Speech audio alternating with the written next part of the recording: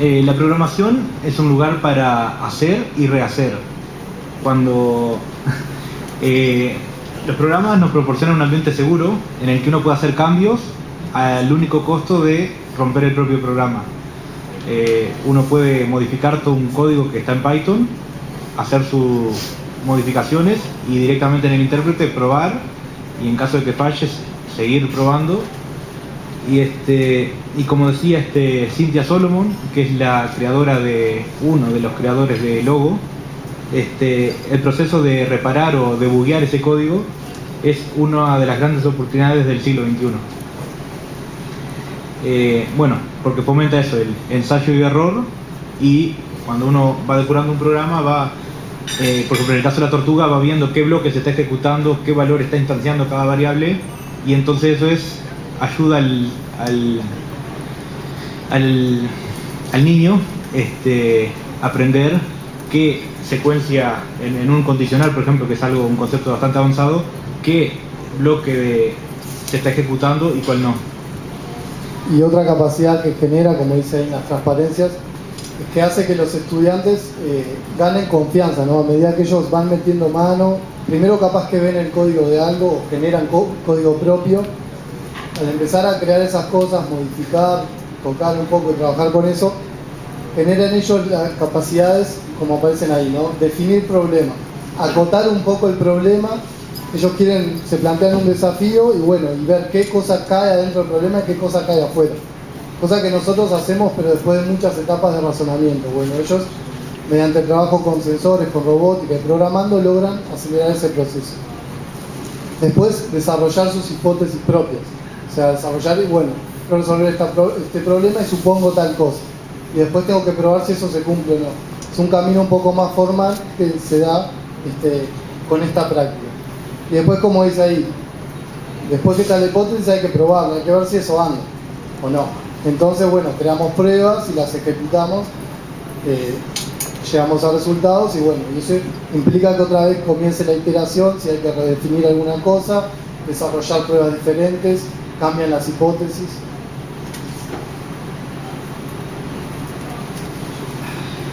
Más allá de las cajas negras.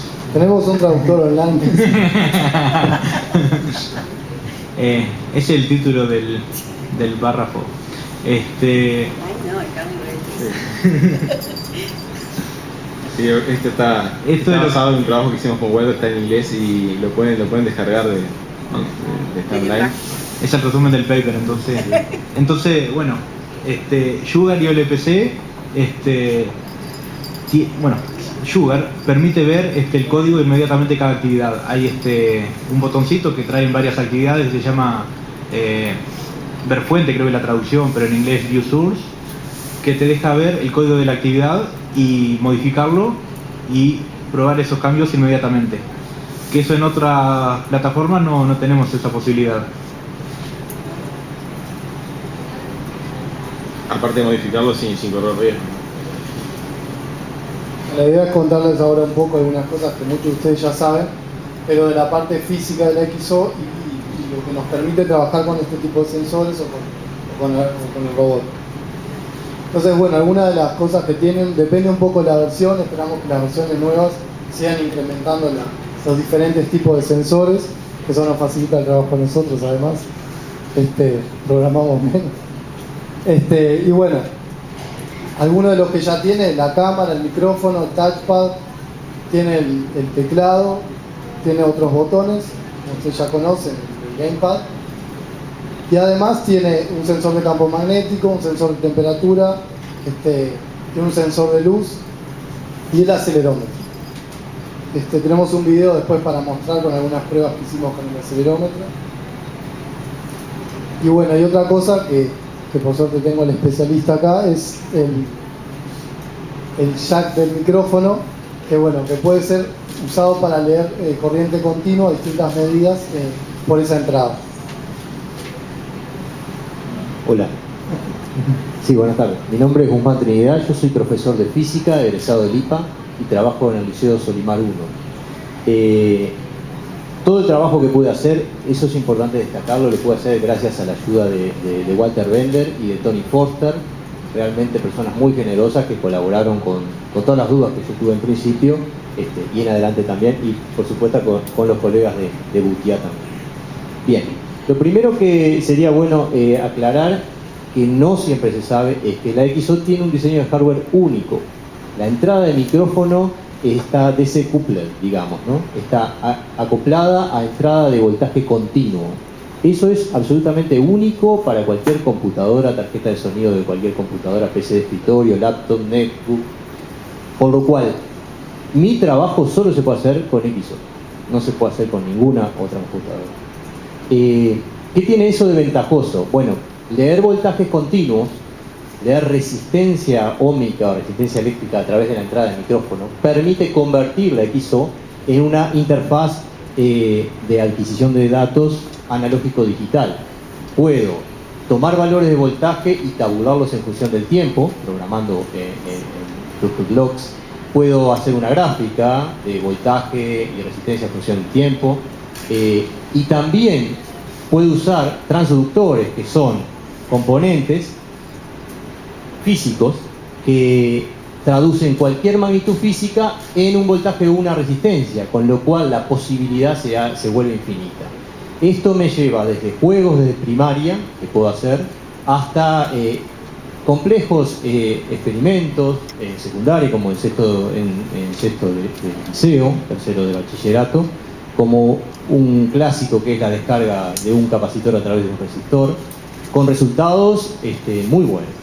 Comparados, en este momento me encuentro comparando el desempeño de XO con respecto a el desempeño de cualquier interfaz comercial de adquisición de datos, y es excelente, ¿sí? Podemos sustituir, si no tenemos ese dispositivo en nuestros laboratorios, ese dispositivo por una XO, ¿sí? Esto es absolutamente único. En el CES 2012 se presentó la XO 3. Bien, yo trabajo en la XO 1.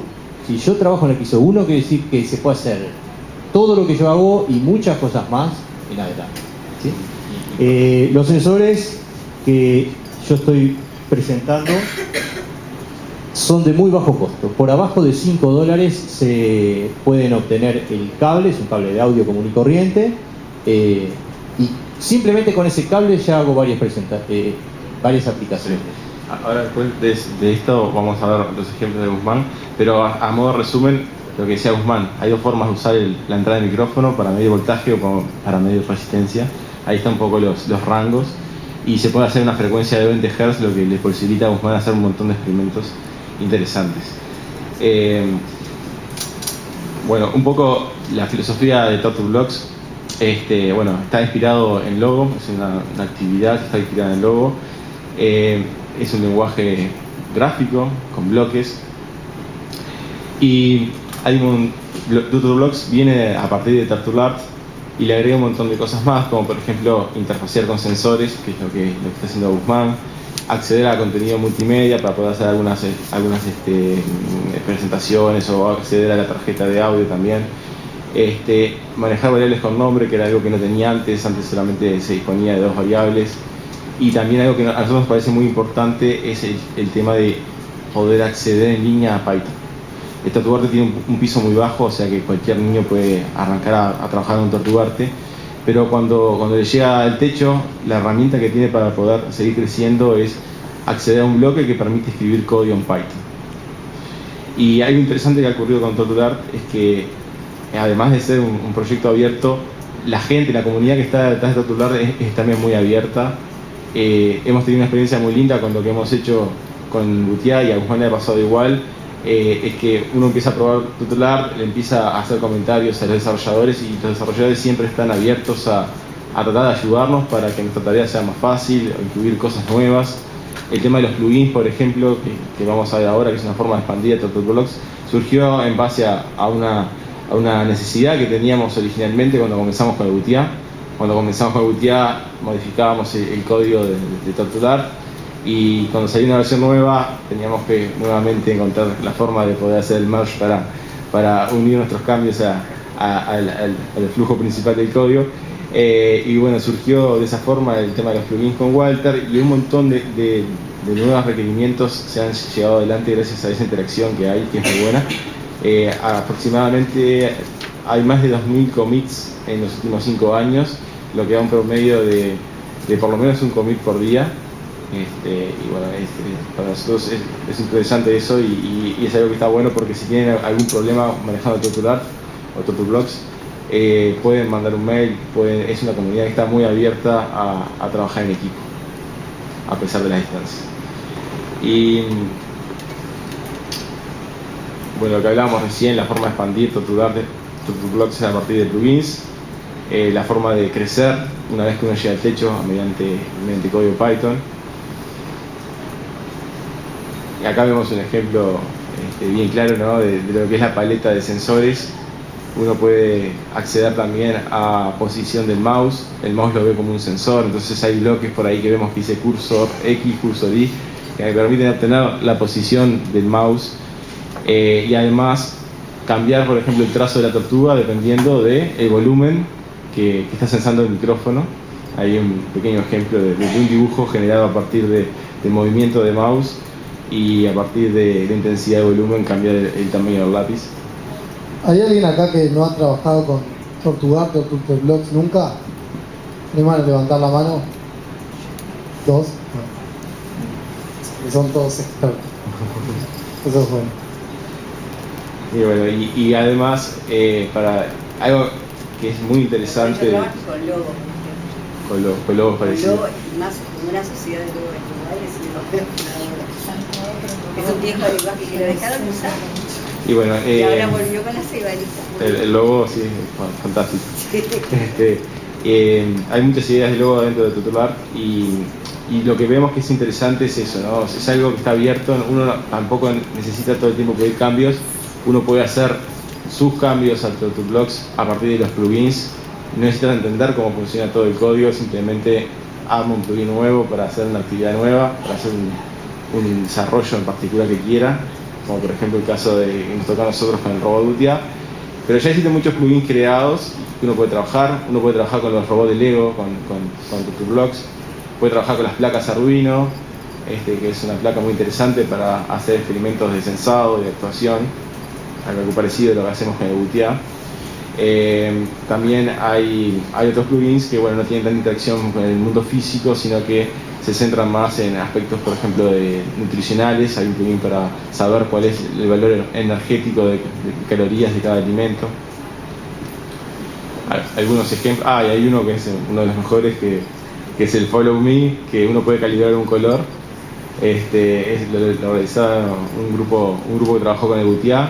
Está por acá, está todo por acá, uno está por acá y el resto está por ahí, que fue interesante porque parte del desafío de Utia era usar los sensores que tenía el robot, y la cámara era un sensor importante, pero como cámara cruda era algo que un niño era difícil de usar, entonces necesitábamos llevar al nivel de los niños el manejar la cámara como un sensor. Y una de las cosas más interesantes que se puede hacer con una cámara cuando uno trabaja en robótica es hacer que el robot siga un color, ¿no? Es un sensor clásico, un sensor de color.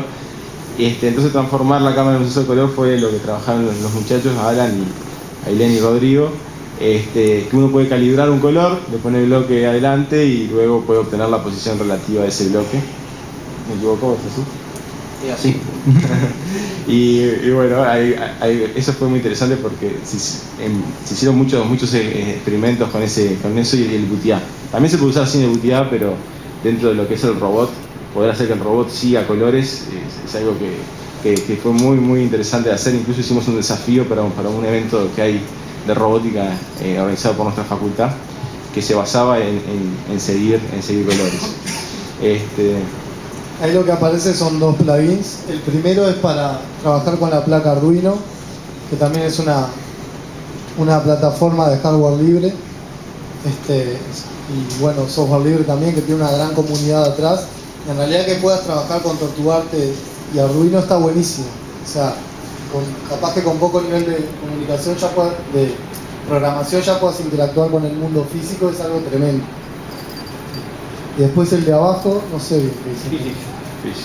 Te permite modelar un ambiente, o sea, las leyes físicas, modelarlas en lo que es la pantalla, el mundo virtual de TurtleBlocks. Entonces uno puede setear propiedades de los elementos, como rugosidad del elemento, densidad, masa, y puede hacer que la tortuga interactúe en ese mundo. Bueno, acá empieza un poco el tema de algunos ejemplos. O sea, hablamos que para nosotros es súper importante el uso de tecnologías abiertas. O sea, más allá de las ventajas que tiene para los programadores el usar estas tecnologías abiertas, vemos que hay una ventaja clara en el momento de enseñar a los niños y permitir que los niños tomen el rol no de usuarios de una tecnología, sino de desarrolladores. Creemos que eso fomenta que el niño se motive mucho más para estudiar y que aprenda muchas más cosas que cuando usa una cajita muy linda, preciosa, para trabajar con sensores o un kit hermoso de Lego, que son muy buenos, pero cuando uno puede trabajar con otro tipo de cosas, donde puede entender cómo está hecho y puede acceder a crear sus propios sensores, y eso unido con la filosofía que hay también con la XO, de que la XO fomenta ese tipo de pensamiento, creo que es muy productivo. Y algunos de los ejemplos que hemos tenido, no somos expertos en el tema de educación, pero salvo Guzmán que sí lo es, vemos que eso da muchos resultados. Y bueno, Guzmán va a hablar un poco de la experiencia de él, ya nos contó algunas cosas de las que hace, pero Guzmán, ¿puedes contar capaz con quién trabajaste, con los niños que trabajaste? Sí, durante el año pasado y el anterior hice una cantidad de talleres, conferencias, ponencias y muestras de sensores. También hay un juego de sensores que permanentemente se está mostrando en el Museo Pedagógico José Pedro Varela, allí en la Plaza Cagancha. Allí se les dice a los maestros cómo poder construir esos sensores y se les brinda ayuda técnica. También trabajamos con otra cantidad de alumnos en talleres, sobre todo de la Escuela Grecia. Todos les llama muchísimo la atención que la computadora pueda comunicarse con el mundo físico y a través de un programa que yo hago en Tortugarte, que ellos hacen en Tortugarte, poner a rodar la rueda, ¿no? Eso es lo que les llama más la atención, porque las computadoras las personas las vinculan a chat, mail, escribir en un procesador de texto, etcétera, pero no que pueda tomar medidas del mundo físico y además tomar decisiones, ¿sí?, a través de actuadores, que puede ser la pantalla o etcétera. Y eso le llama muchísimo la atención. El vínculo afectivo con su XO, como decía Andrés en la charla anterior, es fundamental. El bajo costo de estos sensores es otro tema básico. Por 50 pesos uruguayos, 100 pesos uruguayos, se construye un sensor, y el sensor más sencillo es un cable que sale 30 pesos. Entonces, ¿quién puede hacer esto? Cualquiera que tenga una XO, que en este país es mucho decir. ¿Quién puede hacer esto? El que tenga ganas. Toda la información que yo pude recabar, cada vez estamos haciendo más, juntando más información allí, está en una página de Liceo Solimar 1 que se llama Física con XO. Si usted googlea Física con XO, el primer link es la página de Solimar 1. Y bueno, tenemos unos videos de YouTube que vamos a ver ahora. Por ejemplo, el primero tenemos medida de voltaje y concretamente hacemos una descarga en un capacitor. Los videos tienen audio, así que me remito a que los ejecute el amigo Aguirre.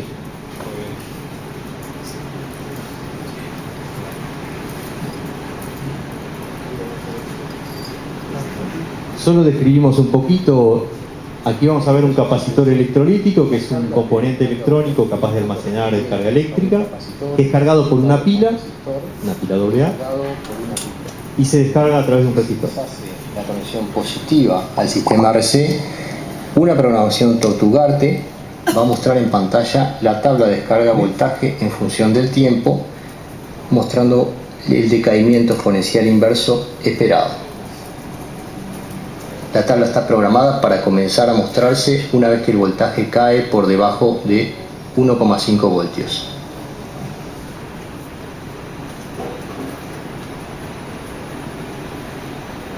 Bien, el segundo ejemplo es lo mismo, estamos midiendo voltajes, pero muestra una gráfica el video. También todo programado en Tortugarte.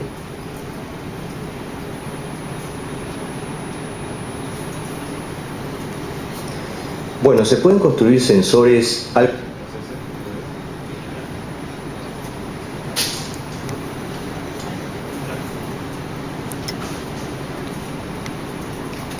En este caso se muestra el mismo sistema RC previamente cargado que al ser desconectado de la fuente de alimentación muestra la gráfica voltaje en función del tiempo, mostrando la exponencial inversa esperada. Bien, hablando de lectura de voltajes, lo que sigue es un video que muestra un transductor, un elemento, un componente electrónico que traduce en este caso intensidad de campo magnético en voltaje, por lo cual podemos construir un medidor de campo magnético con la XO1.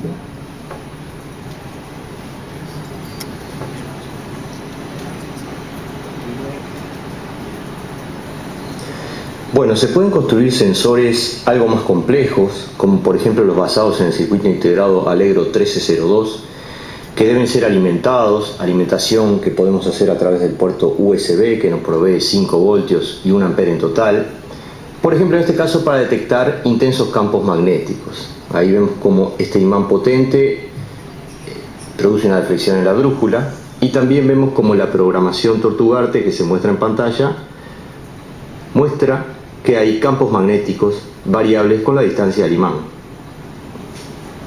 Bien, ahora lo que sigue es las aplicaciones en lectura de resistencia en función del tiempo, por ejemplo. Esto es en lo que yo hago hincapié, sobre todo para las aplicaciones básicas, para escolares y nivel inicial básico. ¿Por qué? Porque no hay ningún peligro en usar transductores resistivos o de contacto. Sin embargo, si uno aplica un voltaje, aunque sea de 1 volt y medio a una XO1 con polaridad errada, puede quemar la tarjeta de sonido o la XO. En realidad no tenemos mucha información y yo no quise hacer ninguna prueba porque tengo una sola XO, ¿no? Entonces vamos a ver, ahí tenemos un monitor de resistencia, simplemente circuito abierto cerrado, potenciómetro, LDR y termistor. Los videos hablan por sí solos.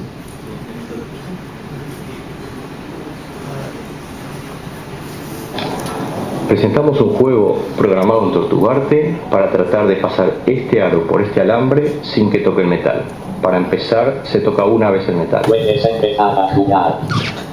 Has tocado el metal una vez. Has tocado el metal 2 veces. Has tocado el metal 3 veces. Aquí termina. Fin del juego. En total tocaste el alambre 3 veces. Inténtalo nuevamente y suerte. Bien. Otra cosa que usamos que es bastante espectacular es un sensor, como los sensores de alarma, esos que prenden el LED cuando uno se mueve, se llama sensor piroeléctrico. Simplemente uno lo alimenta con un voltaje de 12 voltios, 9 a 12 voltios, puede ser con una batería de 9 voltios, y simplemente el sensor piroeléctrico, cuando se mueve algo caliente enfrente a él, abre un circuito. Así que es lo mismo que se toquen dos cables, o si se estaban tocando, que se dejen de tocar. Ese es el sensor piroeléctrico. Vamos a ver el video correspondiente.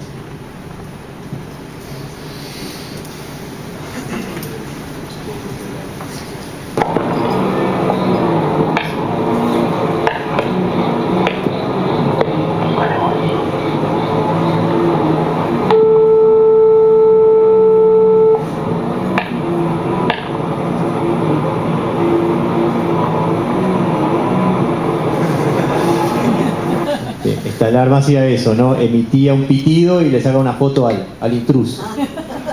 Ahora vamos a ver el otro, que es simplemente un cable unido a un potenciómetro.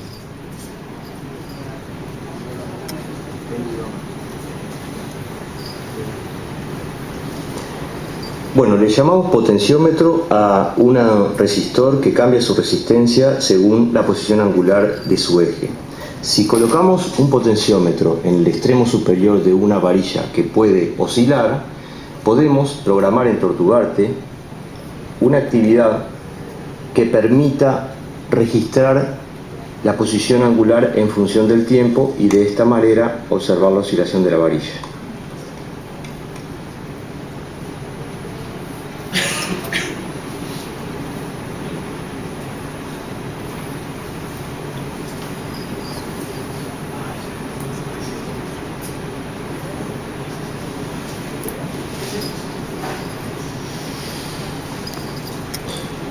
Bueno, un LDR es un componente que tiene este aspecto y que básicamente nos permite construir un fotómetro. Su resistencia eléctrica cambia en función de la intensidad luminosa que llega a él. Vamos a ver, por ejemplo, una programación Tortugarte que muestra en pantalla la intensidad luminosa que llega al LDR en función del tiempo. Eso lo hace repetidamente en una gráfica que cambia el color de su trazo en función de que vuelva a repetirse el loop.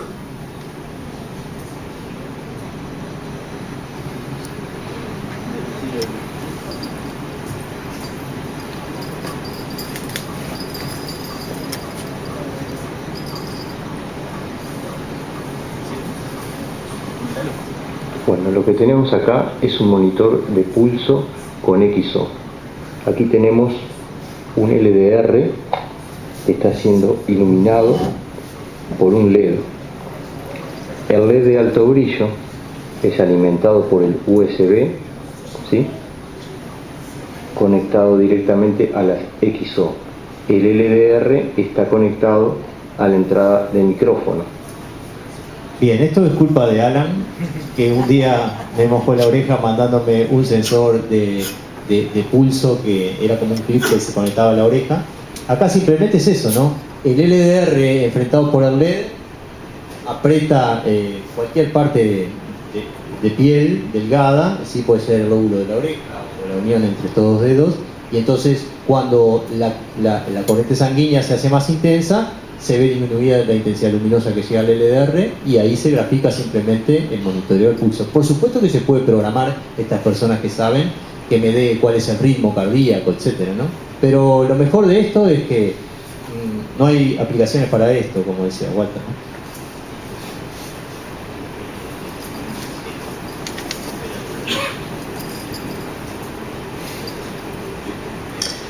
Bueno, un termistor es este componente, es un componente que cambia su resistencia en función de la temperatura a la cual se encuentra sometido. En este momento vemos una programación Tortugarte que sensa la temperatura de la mano, por ejemplo, de la persona que toca el termistor. También nos puede interesar conocer cuál es el valor de la temperatura, y para eso en esta barra de estatus que tenemos acá abajo se muestra.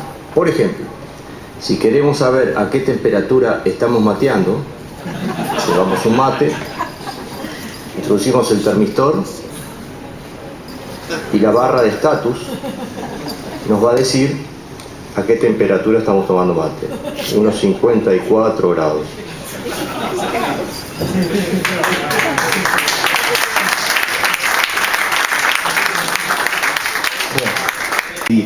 Actividad medir simplemente con un papelito en el cual he impreso la ubicación de las frecuencias correspondientes a la guitarra, que uno lo puede googlear, me permite afinar una guitarra. Para los entendidos, hace una transformada rápida de Fourier y entonces me da una gráfica amplitud en función de la frecuencia, y realmente es de una fidelidad asombrosa, como muestra el video.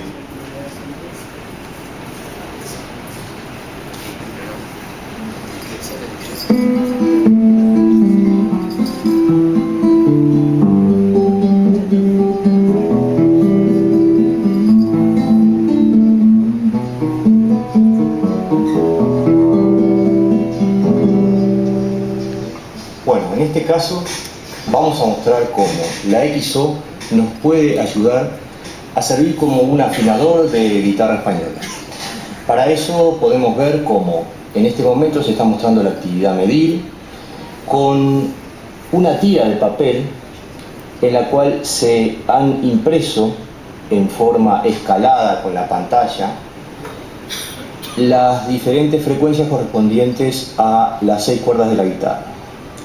Tiene que ser la actividad medir, línea de base frecuencia, una división 20 Hz, y esta línea debe ser alineada con la división número 22 de la pantalla. Bueno, ahí podemos ver cómo si pulsamos la sexta cuerda de la guitarra, en el medio por ejemplo, aparecen varios picos, cada uno de ellos correspondientes a las diferentes frecuencias, pero tenemos que observar detenidamente cómo la frecuencia más baja, que es la que corresponde y le da nombre a la nota, está está alineada con esta división número 6. Podemos ver como si pulsamos la quinta cuerda, la alineación se da entre esta división y ese pico, y así con la cuarta, la tercera, la segunda, la primera. Podemos ver, por ejemplo, como si presionamos en el primer espacio de la primera cuerda y luego la pulsamos al aire,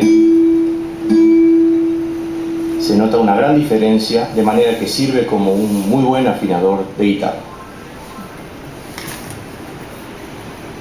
Bien, y por último vamos a usar la XO. Bueno, en realidad eso se puede hacer con otras máquinas también, pero como sintetizadora de sonido. ¿Para qué sirve sintetizar sonido?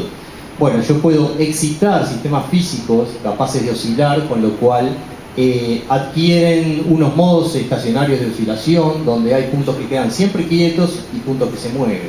Concretamente, si yo alimento con cierta frecuencia apropiada un amplificador y ese alimenta un parlante y ese parlante mueve una chapa, la chapa para ciertas frecuencias tiene líneas que se quedan quietas y líneas que se están moviendo. Entonces, si yo espolvoreo arena sobre esa chapa, vamos a ver que se forman unas figuras muy interesantes que se llaman figuras de Chladni. Es el nombre, ¿sí? Así lo puedo hacer también con varillas que vibran, etc. Este video es de muy baja calidad, pero no me dio tiempo para filmarlo.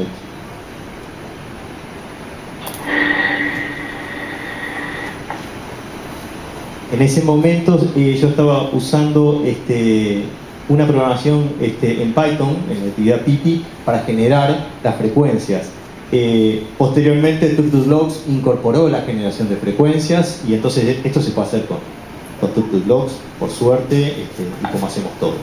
Ahí tenemos la chapa con arena espolvoreada, y para esa frecuencia vemos que el patrón indica que donde se junta la arena, la chapa no está oscilando, y en todo el resto la chapa sí. Para otra frecuencia, que es otro modo estacionario de oscilación, adquiere otra figura.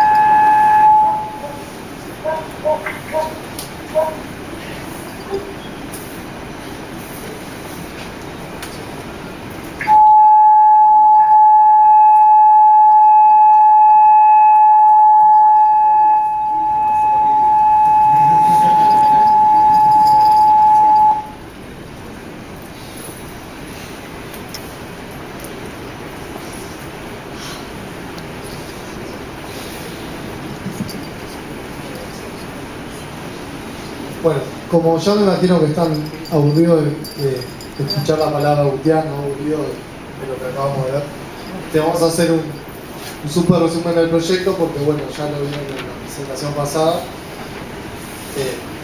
La idea, como dice ahí, era crear una plataforma simple, económica, programable, de forma de llegar a instituciones como liceos, escuelas y llevar la robótica y la programación.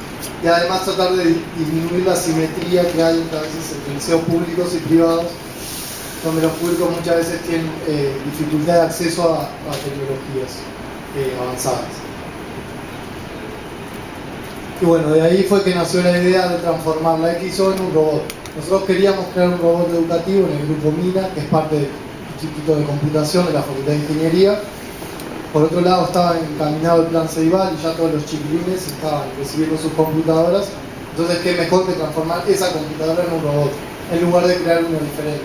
Aprovechar lo que ya tiene la XO y agregarle lo que le falta. Por eso extender las capacidades de la XO. De ahí que nació la idea. Y bueno, y potenciar la educación.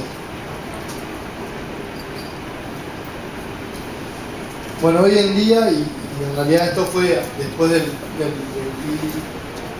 algún día de octubre, donde fue el sumo del 2010, que se hizo entrega de 27 robots en diferentes liceos públicos de todo el país, y ahí en el mapa pueden ver cómo están distribuidos geográficamente esos robots. Hay una mayor densidad en Montevideo y Canelones porque hay una mayor densidad de liceos. Entonces, bueno, en el reparto se trató de hacer equitativo. Pero la idea no es esa, la idea es empapelar ese mapa que ven, ese país chiquito, empapelarlo de símbolos como ese. Ese es el símbolo del UTIA. El tema es que hay una limitante económica. Nosotros el proyecto nos dio para hacer cierta cantidad de robots y bueno, donar eso. Como no podemos hacer más de 27, el costo de cada robot más o menos es de $300. Y hay algunos componentes que hay que traerlos de afuera, entonces es complicado. Entonces decidimos tratar de que ese robot sea fácil de hacer y bajarle el costo. Entonces, bueno, cambiamos la placa Arduino por una placa diseñada en la facultad, que ahora un poquito más adelante lo vamos a ver. Bueno, se los cuento más adelante. Bueno, esas son las ideas que veníamos manejando en el salón anterior, ¿no? O sea, todo lo que es interactuar con algo físico le permite ser un elemento motivacional para los niños y le permite investigar y plasmar de una forma formal, que es en un programa, el razonamiento que intuitivamente ellos tienen de cómo quieren manejar el robot.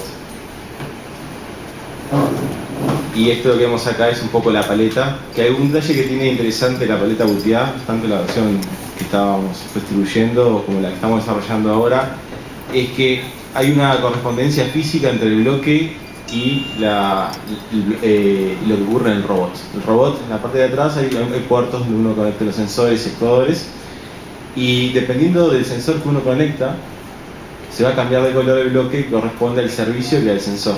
Entonces podemos ver por ahí que hay dos botones.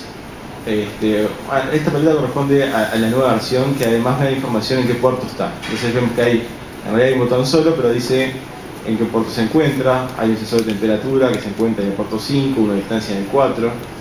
Y además, como hay suficiente carga de batería, pero no mucha porque está media naranja, si bien hay un bloque que me deja censar la carga de la batería, siguen estando activos todos los elementos que corresponden a bloques de actuación, como ir adelante, atrás, y bueno, diferentes formas también de moverse. Hay formas que el robot avanza hasta que ocurre una acción nueva, o simplemente para explorar un poco lo que estaba haciendo Rosamé en las escuelas junto con otras maestras, el tema de la geometría. Hay algunos bloques que lo que dejan es avanzar por distancia o girar por grados. Eso lo que permite es saltear etapas de configuración y que los niños en esa etapa inicial de contacto con la programación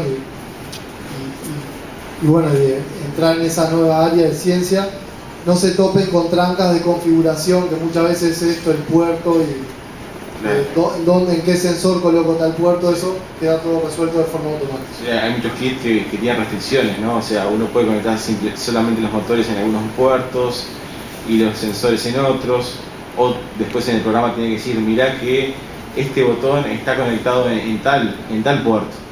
Y eso hace que el código se empiece a complicar un poco, sobre todo cuando trabajamos con herramientas gráficas, porque si empezamos a decir cada vez que vamos a usar un elemento, un sensor, decimos en qué puerto está, el programa empieza a ser un poco difícil de comprender. Y lo que busca esto es justamente simplificarlo y al máximo. Y además es una herramienta interesante para saber si un sensor no anda, porque si lo conecto y ya no lo veo iluminado, ya sé que el sensor está defectuoso y tengo que reemplazarlo por otro. Algo interesante es que la paleta soporta multilenguajes, o sea que lo podemos utilizar en inglés, en portugués.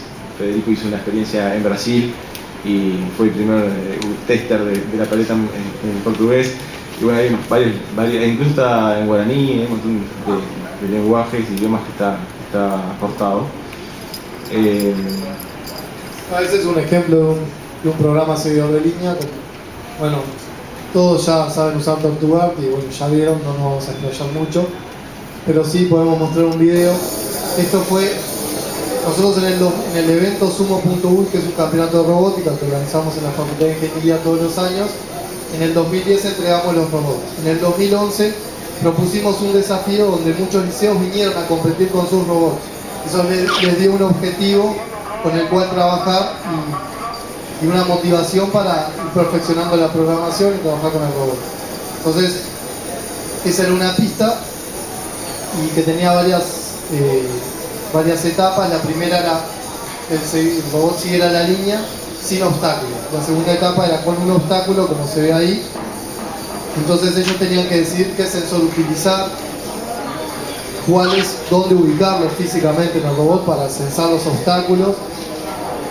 Algo interesante es que ellos no conocían la pista ni dónde iban a estar los obstáculos hasta media hora antes de la competencia. Es decir, que cada liceo se tuvo que armar sus prototipos en su liceo, poner obstáculos de un tamaño que ellos imaginaban, pero no conocían la pista real, de forma que no pudieran preprogramar todo el recorrido.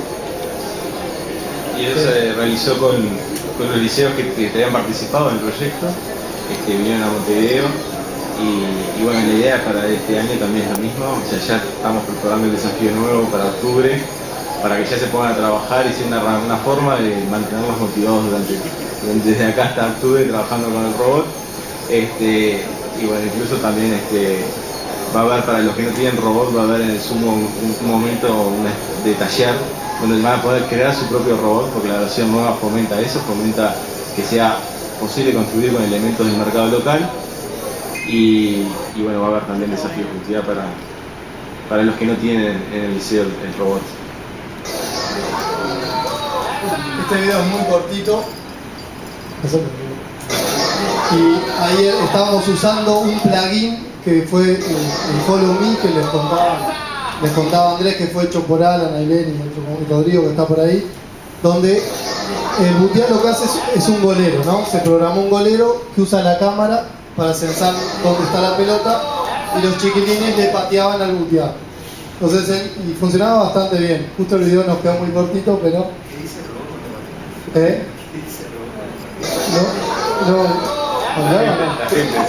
No, la gente hablaba. Pero el robot se movía según a dónde censaba el objeto. Era un poco lento en la primera versión, o sea, el reflejo que tenía ese arquero era muy pobre, pero después de otra versión...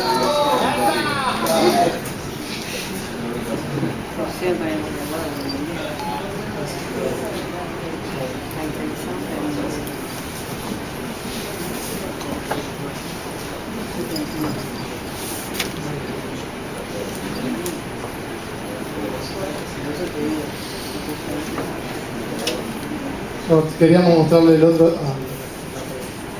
Este es el otro desafío. Se hicieron dos desafíos, uno que era el buteado básico y otro que era buteado avanzado, que es un robot clasificador. Este también fue parte de la competencia en el evento Sumo Build del 2011. Bueno, ahí los objetos rojos eran los que tenían que ser desechados y los verdes tenían que ser mantenidos en arena de trabajo. Entonces el robot, una vez más usando la cámara, esta vez la programación era más compleja para los estudiantes liceales. Tenía que, girar en el entorno y tratar de encontrar cómo estaban distribuidos los objetos, y cuando encontraban los rojos, sacarlos del escenario. Una vez más, la distribución de los objetos la conocieron media hora antes de la competencia. Sabían los colores, pero no sabían exactamente dónde iban a estar.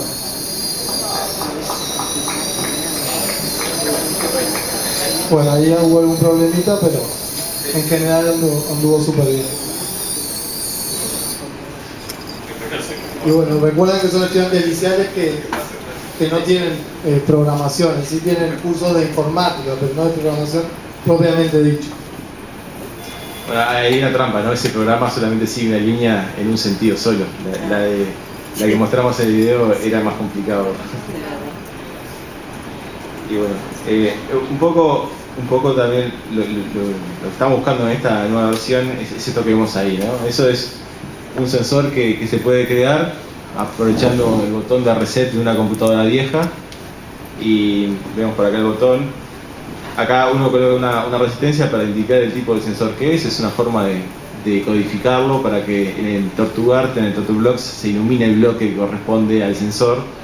Pero en sí es muy sencillo de armar, y es lo que estamos buscando ahora, es fomentar que los chiquines empiecen a armar sus sensores, y los que sean más avanzados, como el caso de John, que se fabriquen su propio robot. Porque el nuevo diseño de la placa de control, en vez de ser como el Arduino, que tiene muchos planos, el circuito, tiene solamente uno solo, entonces uno lo puede hacer consiguiendo una plancha y una capazuela. Entonces lo puede imprimir con una impresora de láser, plancharlo sobre la placa de cobre y bueno, fabricarse su placa de control que sea compatible con el otro robot, o sea que tanto la gente que trabaja con Arduino como la gente que va a trabajar con este diseño va a seguir utilizando la misma paleta y el mismo programa que tenía hecho. Y bueno, a fines del año pasado, algo que hicimos con la unidad de enseñanza, que bueno, ellos saben más que nosotros sobre aspectos pedagógicos, es hacer un relevamiento y una encuesta sobre lo que le había parecido a los docentes de secundaria, porque o sea, nosotros trabajamos con un docente como referente, qué le había parecido el trabajo con el robot. Y esos fueron algunos fragmentos que recogimos de esas encuestas, que eran anónimas, sobre lo que le había parecido la experiencia. Y bueno, algo que nos gustó mucho es que algunos de los objetivos que eran buscados, como desarrollar en los alumnos capacidades de solucionar problemas y resolver desafíos, los docentes estuvieron de acuerdo que, o sea, eso surgió de ellos, era un campo donde ponían ventajas del robot, no los guiamos a que buscaran esa respuesta. Y también el tema de desarrollar en los estudiantes la habilidad de resolver problemas y había otros comentarios más, pero el tema del espíritu de investigación. Bueno, solamente una cosa, la conclusión final, lo que buscamos y lo que encontramos con esta experiencia de trabajar con hardware libre y con software libre es eso, ¿no? O sea, vemos que hay una motivación muy grande cuando vemos que los estudiantes no son solamente usuarios, sino que son desarrolladores. Tenemos ejemplos, en el Liceo Bauzá nos ha ocurrido cosas muy interesantes de este tipo. Y bueno, es una forma de que los chiquilines se introduzcan también a aprender, a utilizar una metodología similar a la metodología de investigación que utilizamos en ingeniería. Y creemos que cuando los muchachos tienen control de esas cosas, tienen control sobre su aprendizaje, se convierten en estudiantes más eficientes. Aprenden cómo funcionan las cosas, pueden modificar las cosas, que eso es lo que vimos también en la USA, modificando las cosas de hardware y de software, se apropian más de las herramientas.